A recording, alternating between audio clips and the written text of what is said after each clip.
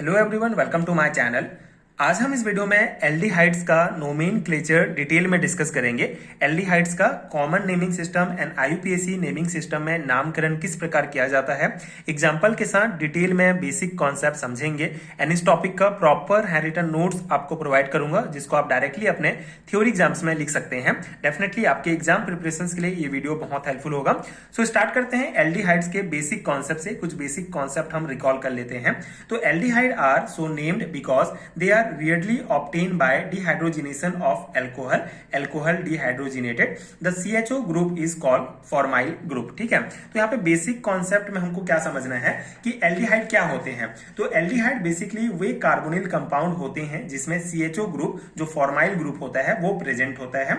इसका अगर हम जनरल स्ट्रक्चर देखें एल्डिहाइड का, तो ये होता है हमारा RCHO, जहां पे R हमारा होता है एक एल्काइल ग्रुप और एक हाइड्रोजन एटम जो है कार्बोनिल कंपाउंड से जुड़े होते हैं। तो इस कंपाउंड को कहा जाता है एल्डिहाइड। ठीक है, तो ये जनरल स्ट्रक्चर आप ध्यान रखेंगे एल्डिहाइड का। इसमें एक एल्काइल ग्रुप होता है और एक हाइड्रोजन एटम होता है जो कार्बोनिल कार्बन से जो है वो जुड़ा रहता है। ठीक है, तो ये हमारा स्ट्रक्चर है एल्डिहाइड का।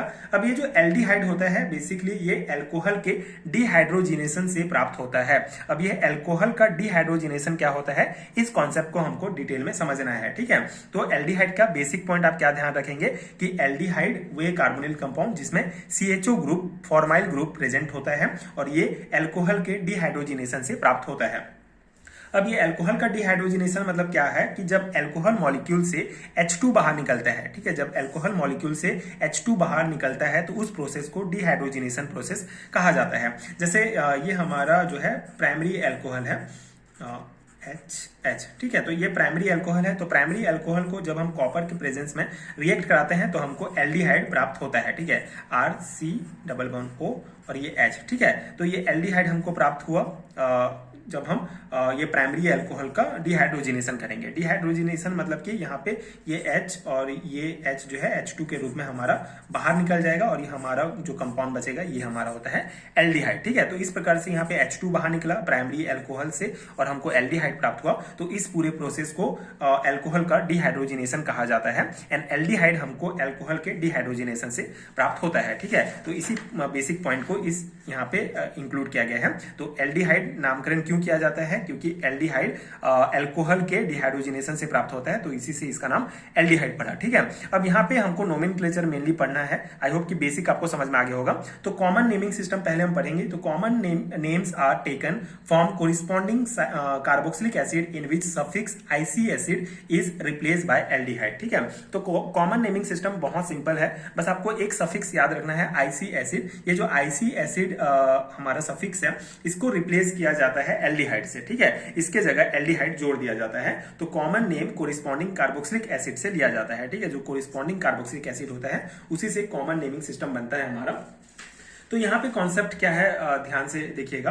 कार्बोक्सिलिक एसिड में यहाँ पे आप देखेंगे आईसी एसिड जो है ये एज अ सफिक्स है, तो इसके जगह एल्डिहाइड जोड़ दिया जाता है। जैसे एग्जांपल में आप समझ सकते हैं, हमारा फॉर्मिक एसिड हम लेते हैं। ठीक है, ये फॉर्मिक एसिड है, तो यहाँ पे नामकरण कैसे होगा, ये आईसी एसिड को हम हटा देंगे और इसके जगह हम जोड़ देंगे एल्डिहाइड। ठीक है, तो ये हमारा नाम क्या हो जाएगा, ये FORM इसका बचा, फॉर्म ये एल्डिहाइड पूरा लिख देंगे आप, एल्डिहाइड। ठीक है, तो इस प्रकार से कॉमन नेमिंग सिस्टम में जो आईसी एसिड है एज अ सफिक्स इसको हटा दिया जाता है, उसके जगह एल्डिहाइड जोड़ दिया जाता है, तो हमको मिल जाता है हमारा कॉमन नेम। ठीक है, जो होता है फॉर्मेल्डिहाइड। तो इस प्रकार से जो है नामकरण किया जाता है। जैसे एक और एग्जांपल अगर हम लें एसिटिक एसिड। ठीक है, एसिटिक एसिड, तो यहाँ पे आईसी एसिड को आप एल्डिहाइड से रिप्लेस कर देंगे, एल्डिहाइड से, तो हमारा क्या बन जाएगा, एल्डिहाइड। ठीक है, तो इस प्रकार से कॉमन नेमिंग सिस्टम में नामकरण किया जाता है एल्डिहाइड्स का। ठीक है, सिंपल सा है, आईसी एसिड की जगह एल्डिहाइड आपको जोड़ दिया जाता है। तो ये हमारा कॉमन नेमिंग सिस्टम है। यहाँ पे आप देख सकते हैं, ये यहाँ पे जो एग्जांपल्स है इसमें ये हमारा फॉर्मेल्डिहाइड, एसिटाल्डिहाइड, प्रोपियोनेल्डिहाइड, ये इसका कॉमन नेम है। अब यहाँ पे कॉमन नेम में बस इतना आपको ध्यान रखना है, बाकी मेन इसका आईपीएसी नेमिंग सिस्टम है। ठीक है, तो आईपीएसी नेमिंग सिस्टम भी बहुत सिंपल है। आईपीएसी नेमिंग सिस्टम में मेनली जो एल्केन में ई होता है, ई को जो है हटा दिया जाता है, उसके जगह एल जोड़ दिया जाता है। सबसे बेसिक यही है कि एल्केन की जगह एल्केनॉल हम यूज करते हैं, ई के जगह जो है एल को यहाँ पे जोड़ दिया जाता है कॉमन नेमिंग सिस्टम में। जैसे एग्जांपल में ये हमारा मेथेनॉल हो गया, ये इथेनॉल, ये प्रोपेनॉल, ये सभी हमारा IUPAC नेमिंग सिस्टम है और इसका कॉमन नेम फॉर्मेल्डिहाइड, एसिटाल्डिहाइड, प्रोपियोनेल्डिहाइड ये होता है। तो ये एग्जांपल आप यहाँ रखेंगे। अब यहाँ पे मेन हम हमारा जो IUPAC नेमिंग सिस्टम किस प्रकार से करते हैं स्टेप बाय हम इसको समझेंगे।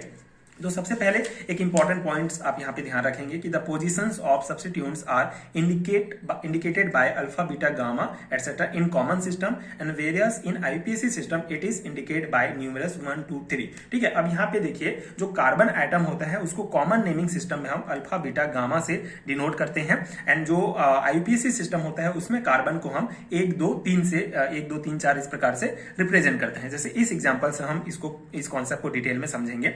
ये हमारा 3-क्लोरोप्रोपेनॉल है, तो इसका नामकरण हम IUPAC सिस्टम के आधार पर कैसे करते हैं इसके लिए आपको कुछ स्टेप्स जो है समझना पड़ेगा, जो कुछ स्टेप याद रखना पड़ेगा जिससे हम IUPAC नेमिंग सिस्टम करते हैं। तो सबसे पहला स्टेप होता है कि हमको जो लॉन्गेस्ट चेन होता है उसको फाइंड करना होता है। ठीक है, यहाँ पे सबसे लॉन्गेस्ट चेन होगा हमारा CCC, जो लॉन्गेस्ट कार्बन चेन होगा उसको फाइंड करेंगे।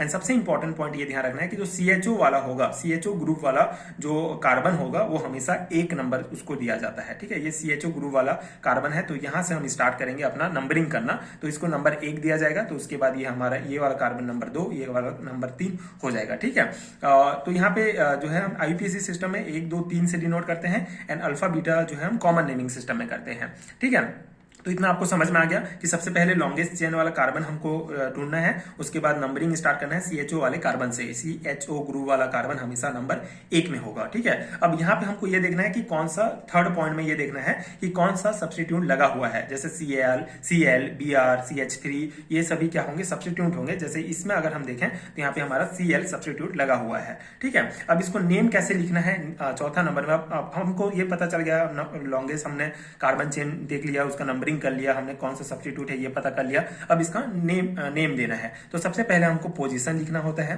ठीक है, पोजीशन में उसके बाद सब्स्टिट्यूट लिखना होगा, कौन सा सब्स्टिट्यूट है, फिर उसके बाद पेरेंट जो हमारा है वो उसको, फिर उसके बाद Al। ठीक है, जैसे पोजीशन क्या है हमारा, तीसरे पोजीशन पर ये Cl जुड़ा हुआ है तो 3 यहाँ पे लिखेंगे। ये क्लोरो जो है हमारा सब्स्टिट्यूट है ये लिखेंगे। उसके बाद 3 कार्बन है, मतलब ये प्रोपेन होगा और प्रोपेन में हम क्या करते हैं, ई के जगह जो है हम Al लगा देते हैं, तो ये हमारा प्रोपेनॉल हो गया। ठीक है, तो इस प्रकार से आप जो है किसी भी कंपाउंड का IUPAC नेमिंग सिस्टम से नाम लिख सकते हैं एल्डिहाइड्स का। ठीक है, तो ये सिंपल सा मेथड है। अब यहाँ पे जो है अगर हम कॉमन नेम सिस्टम देखें तो बीटा पोजीशंस पे हमारा Cl जुड़ा हुआ है तो बीटा क्लोरोप्रोपेनॉल्डिहाइड भी कहेंगे इसको। ठीक है, तो इस प्रकार से आप जो है नामकरण करेंगे IUPAC सिस्टम से एल्डिहाइड्स का। अब ये एक कॉन्सेप्ट हो गया हमारा। इसी प्रकार और भी एग्जांपल आप सॉल्व करेंगे तो इजीली आप इस कॉन्सेप्ट को और अच्छे से समझ पाएंगे। मतलब आप प्रैक्टिस कीजिए, मेनली बेसिक तो बस इतना ही है। आई होप आपको समझ में आ गया होगा। सबसे पहले लॉन्गेस्ट चेन ढूंढना है, नंबरिंग करना है, फिर उसके बाद आप कौन सा सब्स्टिट्यूट लगा है उसके आधार पर आप नामकरण कर देंगे। ठीक है, अब यहाँ पे हमारा कॉन्सेप्ट आता है एरोमेटिक एल्डिहाइड्स का नामकरण किस प्रकार करेंगे इसमें। तो इस कॉन्सेप्ट को भी हम समझ लेते हैं, ये भी बहुत सिंपल सा कॉन्सेप्ट है। Aromatic aldehyde, in aromatic aldehydes the simplest member is called benzaldehyde and the substituted aromatic aldehyde are name as derivatives of benzaldehyde. ठीक है, तो यहाँ पे सबसे पहले एरोमेटिक एल्डिहाइड क्या होता है, बेसिकली जब CHO ग्रुप, ठीक है, जब CHO ग्रुप सीधे बेंजीन रिंग से जुड़ा होता है, जब कार्बोनिल ग्रुप जो है सीधे बेंजीन रिंग से जुड़ा होता है तो उसे एरोमेटिक एल्डिहाइड कहा जाता है। और सबसे सिंपल मेंबर जो होता है उसे बेंजल्डिहाइड कहेंगे। मतलब बेंजीन रिंग में सीधा हमारा CHO ग्रुप जुड़ गया तो इसको कहेंगे हम बेंजल्डिहाइड। ठीक है, ये आप ध्यान रखेंगे। अब ये तो ये सब में फिक्स रहेगा, इसके जगह बस दूसरे सब्स्टिट्यूट जो है इस एरोमेटिक रिंग से जुड़ते जाएंगे, उस आधार पर आपको नामकरण करना है। तो सबसे पहला सबसे सिंपलेस्ट मेंबर जो है बेंजल्डिहाइड आप याद रखेंगे। ठीक है, तो किसी एरोमेटिक रिंग में CHO ग्रुप जुड़ गया तो हमारा हो गया बेंजल्डिहाइड। अब इसका नामकरण हम कैसे करेंगे IUPAC सिस्टम में, देखिए ये वाला एग्जांपल हम यहाँ पे कंसीडर करेंगे। सब्स्टिट्यूटेड एरोमेटिक एल्डिहाइड में जैसे यहाँ पे हमारा OH एज ए सब्स्टिट्यूट जो है यहाँ पे जुड़ा हुआ है। ठीक है, तो जब बेंजीन रिंग पर जैसे दूसरे सब्स्टिट्यूट जैसे कि यहाँ पे OH जुड़ा हुआ है, इसकी जगह Cl, CH3, Br ये सभी सब्स्टिट्यूट जुड़े होंगे तो उसका IUPAC नेमिंग करने का जो स्टेप्स है वो मेनली 3 स्टेप में कंप्लीट होता है। सबसे पहले हमारा जो CHO वाला जो ग्रुप है यहाँ पे जो इस कार्बन में CHO जुड़ा हुआ है तो इसको हमको सबसे पहले प्रायोरिटी देना है, प्रायोरिटी मानना है, मतलब इसका पोजिशन हमेशा नंबर 1 होगा। ठीक है, सबसे पहले नंबरिंग नंबरिंग हमको करना है, तो नंबरिंग करने के लिए ध्यान रखना है कि जो CHO ग्रुप वाला जहां पे जुड़ा हुआ है उसका नंबरिंग हमेशा 1 होगा। ठीक है, हमेशा 1 लेना है। उसके बाद रिंग को हमको रिंग में नंबरिंग इस प्रकार करना है, आप क्लॉकवाइज भी जा सकते हैं, एंटी क्लॉकवाइज भी जा सकते हैं। बस ध्यान ये रखना है कि जो सब्स्टिट्यूट जुड़ा हुआ है उसको लोवेस्ट नंबर मिलना चाहिए। जैसे अगर ये 1 है तो यहाँ पे ये 2 हो जाएगा, 2 लोवेस्ट है। अगर हम यहाँ पे इस प्रकार से एंटी क्लॉकवाइज अगर हम आते हैं, ये नंबर 2 होगा, ये 3 होगा, 4, 5, 6 नंबर में OH आएगा,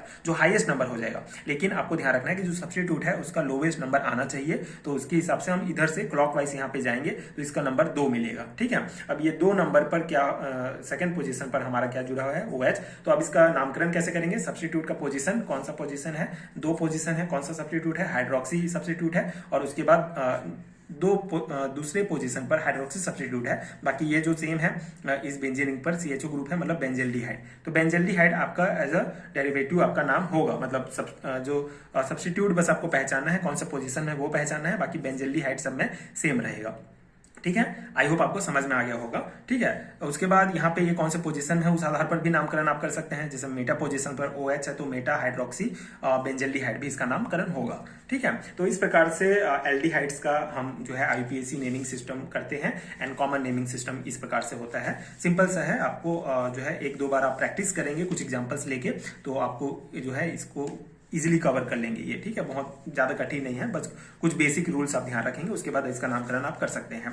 बाकी ये नोट्स मैं आपको थ्योरी एग्जाम के पर्सपेक्टिव से प्रोवाइड कर रहा हूं, तो इतना बेसिक मैंने समझाया है, आई होप आपको समझ में आ गया होगा। इस नोट्स को आप लिख सकते हैं अपने एग्जाम में, थ्योरी एग्जाम के पर्सपेक्टिव से कंप्लीट नोट्स हैं, तो उस हिसाब से इतना कॉन्सेप्ट मुझे लगता है कि इनफ होगा एंड आपको समझ में आ गया होगा।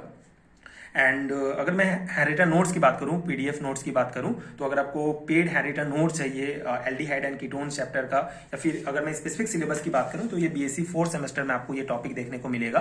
यहाँ पे आप aldehyde and ketone and acid derivatives का ये पूरा यूनिट इसमें है, ये सभी टॉपिक्स हैं। तो अगर आपको इन सभी टॉपिक्स का डिटेल हैरिटा नोट चाहिए तो नीचे डिस्क्रिप्शन बॉक्स में आपको लिंक मिल जाएगा, आप चेक कर सकते हैं। इसके अलावा आप किसी भी सेमेस्टर के स्टूडेंट हैं, आपके सिलेबस में एल्डिहाइड एंड कीटोन चैप्टर है, ये टॉपिक दिए गए हैं, तो आप नोट्स ले सकते हैं, आपके लिए बहुत हेल्पफुल होगा। आपको नीचे डिस्क्रिप्शन बॉक्स में व्हाट्सएप का लिंक भी मिलेगा, आप मुझे डायरेक्ट व्हाट्सएप में भी कांटेक्ट कर सकते हैं हैरिटा नोट्स के लिए। एंड आई होप कि ये टॉपिक आपको समझ में आ गया होगा। आगे के टॉपिक्स देखने के लिए आप चैनल के साथ जुड़े रहिए। Thank you so much for watching.